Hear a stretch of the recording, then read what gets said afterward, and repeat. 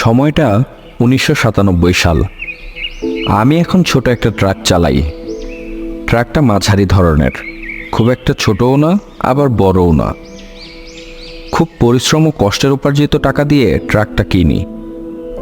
বছর 2 হলো একটা বিয়েও করেছি। এবছর আমাদের সংসার আলোকিত করে আমাদের ঘরে ফুটফুটে একটা বাচ্চা হয়েছে।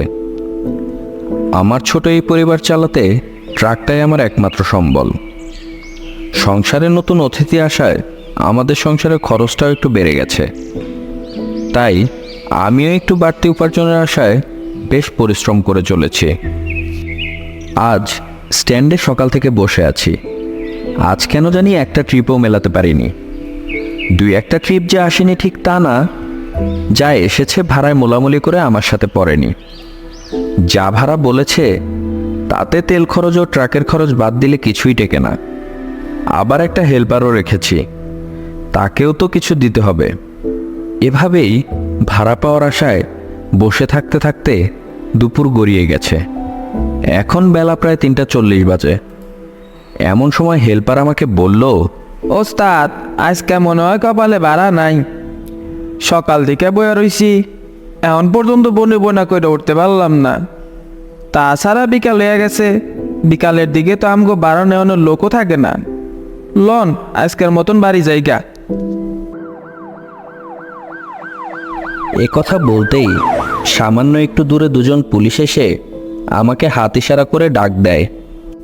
এই যে, ও ভাই, শুনছেন? আমি হাঁটতে হাঁটতে কাছে গিয়ে বললাম, স্যার আমাকে ডাকছেন? কি হয়েছে স্যার, কিছু বলবেন? আমরা এসেছি একটি ট্রাকের সন্ধানে। একটা ট্রাক লাগবে আমাদের। ও স্যার, তাই বলেন। এই তো স্যার, এই ট্রাকটা আমারই, আমি নিজেই চালাই। তা কই যাইতে হইব বলেন? মালামাল কোথায় থেকে নেবেন? চলেন যাই। না না, কোনো মালামাল যাবে না। মর্গের থেকে একটা লাশ নিতে হবে। ঢাকা থেকে দিনাজপুর নিয়ে যেতে হবে। ভাড়া বেশ পুষিয়েই দিব। যাবা নাকি? স্যার, ভাড়া যদি পোষাইয়া দেন আমার যাইতে সমস্যা নাই, আমি যাবো। ওস্তাদ, আমি যাবো না আপনার লগে। আপনি গেলে যান, আমি কোনো লাশের লগে নাই। আমার চাকরি গেলে যাই, আমি যাইতে পারবো না। আমি আগের ওস্তাদ গুমুকে লাশের মেলা ঘটনা শুনছি, আমি নাই আপনার লগে। হেল্পার যে খুব একটা মিথ্যা ভয় পাচ্ছে ঠিক তাও না। লাশের গাড়িতে নানান ঘটনা ঘটতেই পারে, তবে পাত্তা না দিলে কিছুই না। আমি এর আগেও গাড়িতে লাশ টেনেছি, আল্লাহর অশেষ রহমতে কোনোদিনই কোনো কিছু ঘটেনি। তাই অন্য একটি হেল্পারকে একদিনের জন্য নিয়ে যাব ভেবে রাজি হয়ে গেলাম। স্যার আপনারা যান, আমি গাড়ি নিয়ে আসছি। এ কথা বলতেই ওনারা চলে গেল। আমি আশেপাশে 2-1জনকে বলে দেখলাম, কিন্তু আজ কেউই কেন জানি রাজি হলো না আমার সাথে যেতে। 2-1জন হেল্পার যাও যেতে রাজি হলো, পরে দিনাজপুরের নাম শুনে পিছিয়ে পড়ে এত দূরের রাস্তা বলে। আমি আর কোনো উপায় না দেখে পুলিশ স্যারকে গিয়ে সব খুলে বললাম, স্যার এত দূরের রাস্তা, কোনো হেল্পারকেও রাজি করাতে পারলাম না। আমি একা লাশ নিয়ে কিভাবে যাব? আপনারা অন্য কাউকে ঠিক করেন স্যার। তখন তুমি রাজি হলে বলেই তো চলে আসলাম। তুমি তখন না করলে অন্য কারোর সাথে কথা বলতাম। এখন আমরাই বা অন্য ট্রাক কোথায় পাবো? আর দিনাজপুর থানাতেও তোমার ট্রাকের নাম্বার দিয়ে দিয়েছি। দিনাজপুর আমাদের বিভাগের বাইরে হওয়াতে আমি কোনো কনস্টেবলও দিতে পারছি না তোমার সাথে। তুমি যে করেই হোক কাউকে একটা ম্যানেজ করে যাও। এ কথা বলেই উনি আমার হাতে ভাড়ার টাকাটা দিয়ে চলে গেল। আমি আর কোনো কিছুই বলতে পারলাম না। ট্রাক চালানোই আমার পেশা। পুলিশের সাথে কথা বাড়িয়ে আমার লাভ কম, ক্ষতিই বেশি। তাই চুপচাপ মেনে নেওয়াটাই ভালো। আমি আর কোনো উপায় না দেখে আমার এক খুব কাছের বন্ধুকে আমার সাথে যেতে অনুরোধ করি। আমি জানতাম আমার কোনো বিপদে আপদে ও না করতে পারবে না। ও সব কথা শুনে প্রথমে রাগারাগি করলেও পরে আমাকে একা ছাড়তে পারল না। আমি আর আমার বন্ধু গাড়িতে লাশটা তুলে দেওয়ার পরপরই বিসমিল্লাহ বলে যাত্রা শুরু করে দিলাম। যাত্রা শুরু করার পূর্বেই আমরা দুজনই লাশের চেহারাটা ভালোভাবে দেখে নিয়েছিলাম। আসলে এত দূরের রাস্তা, তাছাড়া লাশের সাথে কোনো আত্মীয় স্বজনও নেই, তাই আল্লাহ না করুক কোনো ঝামেলা হলে লাশ আইডেন্টিফাই করতেই লাশটা দেখে গাড়িতে তোলার নিয়ম। গাড়ির পাশের সিটে বসে আছে আমার বন্ধু, আমি গাড়ি চালাচ্ছিলাম। বেশ বুঝতে পারলাম আমার এরকম একঘেয়েমি আচরণের কারণে ও বেশ রেগে আছে আমার উপর।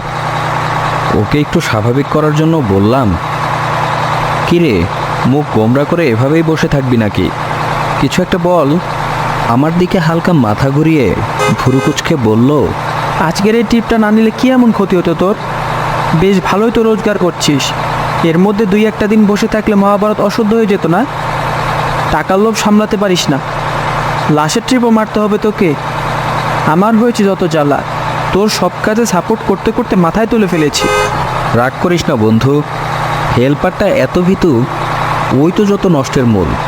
কে জানতো ট্রিপটা নেবার পরও রাজি হবে না যেতে।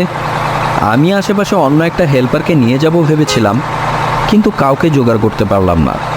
থানাতেও গিয়ে না করেছিলাম, কিন্তু কোনোভাবেই ওরা মানতে রাজি হলো না। শেষমেশ তুই যা ভরসা, নয়তো আজ আমাকে একাই যেতে হতো। ও গড়গড় করে বলে উঠল, পেয়েছিলি তো আমাকে, যত ঝক্কি ঝামেলা আমার ওপর চাপিয়ে দিবি খালি। ও বেশ কিছুক্ষণ আর কোনো কথা বলল না। আমিও আপাতত ওর মনের অবস্থা অনুমান করে ওকে আর বিরক্ত করলাম না, কারণ বেশ বুঝে গেলাম ওকে এখন আমি যাই বলি না কেন ও সব বাঁকা বাঁকা উত্তর দিবে। আমি চুপচাপ ট্রাক চালাতে লাগলাম। দিনাজপুর প্রায় 209-10 কিলোমিটারের রাস্তা। আমাদের লাশের সব প্রস্তুতি শেষ করে রওনা দিতে দিতে রাত প্রায় 10টা বেজে গিয়েছিল। রাতে শহরের ভেতরের জ্যামটাও অনেকটা কমে গিয়েছে, তাই শহর থেকে বের হতে খুব একটা বেগ পেতে হলো না আমাদের। অন্যথায় একটু আগে বা বেলা করে বের হলে শহর থেকে বের হতে হতেই খবর হয়ে যেত। তাও প্রায় ঘন্টাখানেক গাড়ি চালানোর পর শহর থেকে বের হয়ে ঢাকা দিনাজপুর হাইওয়ে ধরেছি। কিছু দূর গিয়ে একটা চায়ের দোকানের পাশে ট্রাকটা দাঁড়া করালাম। আমার ট্রাক দাঁড়া করানোর ফলে আমার বন্ধু রাহাত একটু ঝাঁকুনি দিয়ে উঠল। অনেকক্ষণ চুপচাপ থাকায় হয়তো ঘুমের ভান চলে এসেছিল ওর চোখে।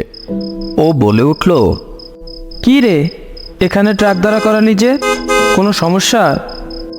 কোনো সমস্যা না, চল নাম। শহরের কোলাহল থেকে বেরিয়েছি, অনেকটা পথ যেতে হবে। ওই যে চায়ের দোকান, চল একটু চা খেয়ে নেওয়া যাক। বিকাল থেকেই বেশ ঝামেলা পোহাতে হলো। 1 কাপ চা খেয়ে শরীরটা চাঙ্গা করে নেই। দেখলাম ও আর কোনো কথা না বলে সম্মতি সুরে হালকা মাথা নাড়িয়ে রাজি হলো। চাটা অনেক মানুষের বদ অভ্যাস হলেও আমি অবশ্য অভ্যাসের কারণে পান করি না। গাড়ি চালানো আমার পেশা। অনেকক্ষণ একটানা গাড়ি চালাতে চালাতে ক্লান্তিতে চোখ যেন বুঝে না আসে, তাই চাটা পান করলে চোখের কোণার ঘুমটা আর সুযোগ করে উঠতে পারে না। আজকাল তো হরহামেশাই ট্রাক চালকের বেখেয়ালিপনা ও ঘুমের কারণে অনেক বড় বড় অ্যাক্সিডেন্ট হয়ে থাকে। যাই হোক, যাত্রাপথে এসব কথা অলক্ষণে, তাই চা পানেই মনোযোগ দিলাম। হালকা চা পানে বিরতি শেষ করতেই আমরা আবার রওনা হয়ে গেলাম। আবারও বেশ কিছুক্ষণ গাড়ি চালাতে থাকলাম। চলতে চলতে হঠাৎই আমার গাড়িতে বড় রকমের একটা ঝাঁকি অনুভব করলাম। রাস্তার ভেতরে এত বড় গর্ত তো চোখে পড়ল না, তাহলে ঝাঁকুনি দিল কেন? কি জানি, হয়তো কোনো বড় মাটির দলাটলা হবে, পেছনের চাকার নিচে পড়েছিল হয়তো। আমি রাহাতকে বললাম, বন্ধু, এত বড় ঝাঁকুনি খেলাম, দেখ তো পেছনে গ্লাসটা দিয়ে লাশটা সরে টরে গেল কিনা। একথা বলতেই ও ঘাড় ঘুরিয়ে গ্লাস দিয়ে পেছনে তাকালো।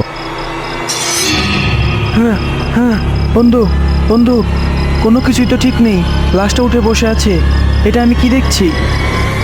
আমি ওর কথার আগাগোড়া কিছুই বুঝলাম না। লাশটা তো বাঁধা ছিল, উঠে বসবে কিভাবে? ওর কথা শুনে রাহাতকে বললাম, ও কিছু না, তুই মিছেই ভয় পাচ্ছিস, ঝাঁকিতে হয়তো একটু নড়ে চড়ে গেছে। রাত বিরাতে গাড়ি চালানোর অভ্যাস আমার, অনেক কিছুই অনেক সময় রাস্তায় চোখের সামনে পড়েছে। টুকটাক এসব ছোটোখাটো কারণে ভয় পাবার মতন মানুষ আমি নই। ট্রাক চালাতে চালাতে ওর দিকে তাকিয়ে দেখলাম ভয়ে শিউরে আছে ও। বেশ খেয়াল করলাম ওর অনিচ্ছা সত্ত্বেও একটু পরপর পেছনে আর চোখে তাকাচ্ছে ও। কিছুক্ষণ যেতে না যেতেই রাহাত আবার চেঁচিয়ে উঠল। ও বলল, হ্যাঁ হ্যাঁ, কি রে, লাশটা তো পেছনের ট্রাকের ভেতরে হাঁটাহাঁটি করছে। এসব কি হচ্ছে? এ আমাকে কোথায় নিয়ে এলি? এবার আমি হালকা ঘাটটা ঘুরিয়ে পেছনে তাকিয়ে দেখলাম সব কিছু তো ঠিকই আছে, শুধু লাশের পজিশনটা একটু সরে গেছে। সে রাস্তায় ঝাঁকুনির ফলে একটু সরে যেতেই পারে। আমি বুঝলাম রাহাত বেশ ভয় পেয়েছে। আমার মনে হয় ওকে নিয়ে আসাটা ঠিক হয়নি। আমি ওকে আবার বললাম, তোকে না বারবার পেছনে তাকাতে বারণ করলাম, বারবার পেছনে দেখছিস কেন? কিন্তু এবার কিছু দূর যেতে না যেতেই আমার কাছে মনে হতে লাগলো ট্রাকের পেছনটা কেমন জানি বেশ ভারী ভারী লাগছে। কেমন একটা ওভারলোড মালামাল নিলে যেমন হয় ঠিক সেরকম। ট্রাকটার গতিও অনেকটা কমে গেছে। যতই গতি বাড়ানোর চেষ্টা করছি না কেন কোনো কিছুতেই লাভ হচ্ছে না। রাত অনেক গভীর, প্রায় 2:30 বাজে। এর মধ্যে রাহাত যেরকম ভয়ে শিউরে বসে আছে, ওকে এ ব্যাপারে কিছু বলা ঠিক হবে না। ফাঁকা রাস্তা, আমি যে একটু গাড়ি থেকে নেমে চেক দিব তারও উপায় নেই। ফাঁকা রাস্তায় ছিনতাইকারীরও ভয় থাকে। এভাবেই চলতে থাকলাম। দুজনে একে অপরের দিকে একটু পরপর তাকাচ্ছি। আমরা দিনাজপুরের ভেতর পৌঁছে গেছি।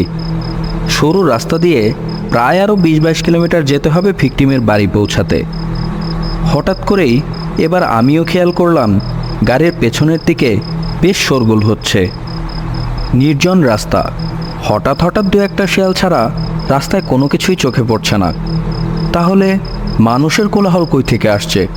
এবার আমারও ভীষণ রকমের অস্বস্তি হতে লাগলো। রাহাত আবারও পেছনের দিকে তাকিয়ে বলে উঠল, কি রে, এবার তো অনেক লোক ট্রাকের পেছনে। ওরা লাশটাকে ট্রাকের উপর চিতায় সাজাচ্ছে। ওরা চিতায় আগুন ধরিয়ে দিল তো। রাহাত, এই রাহাত, সামনের দিকে তাকা। আমরা যা দেখছি তার সব কিছুই আমাদের চোখের ভুল। ট্রাকে যদি চিতায় আগুন দিত, চারপাশটা আগুনের আলো আলোকিত হতো। দেখ চারপাশে কোনো আলো নেই। শান্ত হ তুই, এমন কেন করছিস? মনে মনে দোয়া পড়তে বললাম ওকে। আমি নিজেও যত দোয়া কালাম পারি পড়তে থাকলাম। ফজরের আজান হতে বেশ খানিকটা সময় বাকি। আমি দোয়া কালাম পড়ছি আর ভাবছি আজান হয় না কেন। ঠিক সেই সময় ট্রাকের সামনে কোথা থেকে যেন একজন লোক চলে আসলো। লোকটা রাস্তার মাঝ বরাবর হাঁটছে। সরু রাস্তা, আমি যে পাশ কাটিয়ে যাব তারও উপায় নেই। অনেক হর্ন বাজাচ্ছি, তবুও সাইড দিচ্ছে না। বারবার কাছে গিয়ে হর্ন বাজাতেই লোকটা পেছন ফিরে তাকালো। এবার আমিও রাহাত আটকে উঠলাম। এ তো আমাদের ট্রাকে থাকা সেই লাশটা, যে আমাদের ট্রাকের সামনে সামনে হাঁটছে।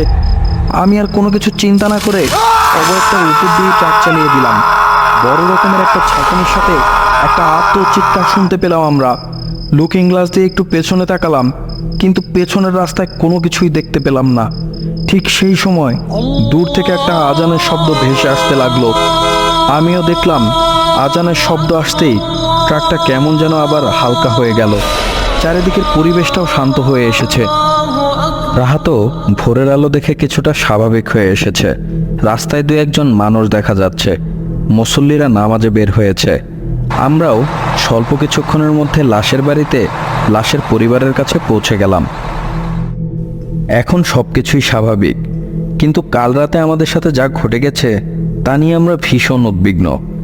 ওইখানকার এক হুজুরের সন্ধান বের করে তার কাছ থেকে ঝাড়ফুঁক করিয়ে নিয়ে ঢাকার উদ্দেশ্যে রওনা হয়ে গেলাম। ঢাকা পৌঁছাতে রাস্তায় আর কোনো সমস্যা হয়নি আমাদের। ঢাকাতে আসার পর বেশ কয়েকদিন জ্বরে ভুগি আমি। জ্বর কিছুটা কমতেই আবারও পেটের দায়ে ট্রাক নিয়ে বের হই। এভাবেই বেশ কিছুদিন কাটলো আমার। কিন্তু ট্রাক নিয়ে বের হলে রাস্তায় প্রতিদিনই নানান সমস্যায় পড়তে হয়। একদিন চাকা পাঞ্চার তো অন্যদিন ইঞ্জিন নষ্ট। আরেকদিন তো অল্পের জন্য এক প্যাসেঞ্জার সহ রিক্সা চাপা পড়তে পড়তে বেঁচে গেছে। সেদিন ব্রেক ধরার পরও ব্রেক কাজ করলো না। খুবই সমস্যা হচ্ছে আমার ট্রাক চালাতে।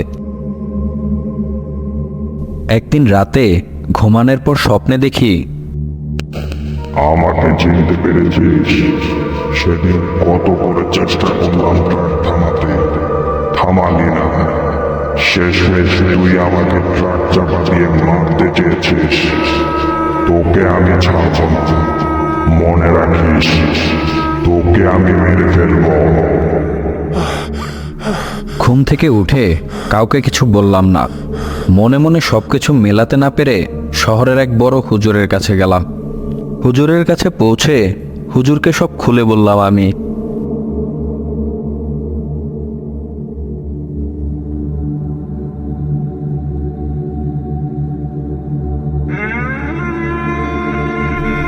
আপনার পেছনে খুবই খারাপ একটা জিন মারাত্মকভাবে পিছু লেগে আছে। ওরা আসলে লাশটাকে ছিনিয়ে নিয়ে যেতে এসেছিল, কিন্তু আপনি কোনোভাবেই গাড়ি ফেলে সরে যাননি। ওদের উদ্দেশ্য ছিল আপনাকে ভয় দেখিয়ে তাড়ানো। আপনি গাড়িতে থাকতে ওরা লাশ নিয়ে যেতে পারছিল না। শেষমেশ কোনো উপায় না পেয়ে আপনার সামনে রাস্তা আটকায় লাশের রূপ নিয়ে, কিন্তু আপনি জিনের উপর দিয়েই গাড়ি চালিয়ে দিয়েছিলেন। তাই ওই জিন ক্ষিপ্ত হয়ে আপনার ক্ষতি করতে মরিয়া হয়ে উঠেছে। আপাতত আমি কিছু দোয়া কালাম বলে দিচ্ছি, এগুলো আমল করবেন। আর সবচাইতে ভালো হয় যদি আপনি ট্রাক চালানো ছেড়ে দেন, তো নয়তো অনেক বড় ক্ষতি হতে পারে। হুজুরের সব কথা শুনে আমি ট্রাক চালানো বাদ দিয়ে দেই, অন্যান্য কাজ করতে থাকি। এর মধ্যে 1-1.5 বছর আর কোনো সমস্যা হয়নি। তবে আমি আর্থিকভাবে ভীষণ অবনতিতে পড়ে যাই। যেহেতু আমি ছোটবেলা থেকে গাড়ি চালানো ব্যতীত অন্য কোনো কাজই কোনো দিন করিনি, তাই অন্য কোনো কিছুতেই ভালো কিছু করতে পারছিলাম না। শেষমেশ আবার সিদ্ধান্ত নিলাম প্রাইভেট কার চালানোর। ট্রাক চালানোতে হুজুরের কড়া নিষেধ আছে, তাই প্রাইভেট চালানো শুরু করে দিলাম। বেশ ভালোই চলতে শুরু করলো আমার দিনকাল। একদিন রাতে